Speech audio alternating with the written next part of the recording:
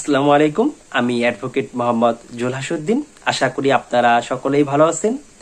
আজকে আমরা জানবো একটি জমি ক্রয় করার পূর্বে কোন বিষয়গুলো ভালোভাবে জেনে ক্রয় করা উচিত। এক্ষেত্রে আমরা প্রথমেই যে বিষয়টা জেনে নিব সেটা হচ্ছে যার কাছে হতে জমিটি ক্রয় করছি সে কিভাবে জমির মালিকানা অর্জন করেছে। সাধারণত দুইভাবে জমির মালিকানা অর্জন করা যায়, একটি হচ্ছে ক্রয় সূত্রে আর একটি হচ্ছে উত্তরাধিকার সূত্রে।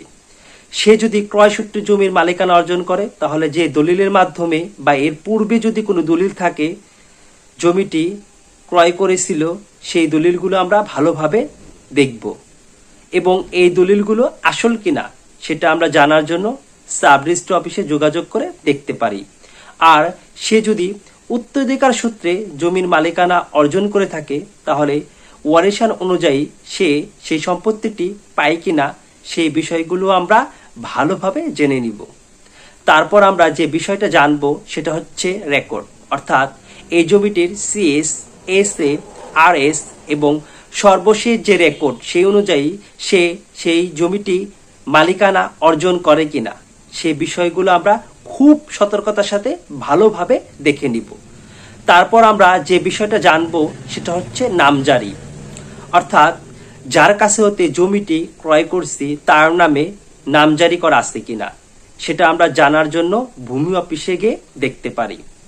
তারপর আমরা যে গুরুত্বপূর্ণ বিষয়টি দেখব সেটা হচ্ছে দখল, অর্থাৎ যার কাছে হতে জমিটি ক্রয় করব জমিটি তার দখলে আছে কিনা এটা খুবই গুরুত্বপূর্ণ, আমরা ভালোভাবে দেখে নিব।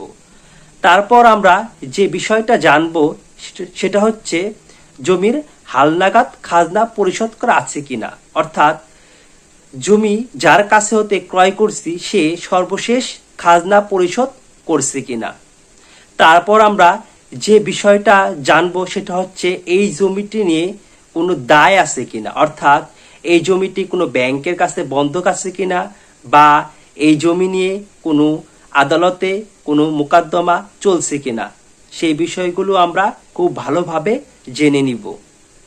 সর্বশেষ আমরা যে কাজটা করতে পারি সেটা হচ্ছে এই জমির আশপাশে অর্থাৎ সহশরিক যারা আছে তাদের সাথে আলোচনা করে জমিটি ক্রয় করব, যেন জমিটি কেনার পর কোনো প্রিয়াম্পশন মামলার মুখোমুখি না হই। ধন্যবাদ। পরবর্তীতে আবার দেখা হবে।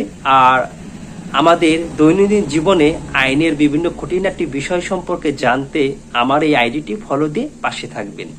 আসসালামু আলাইকুম।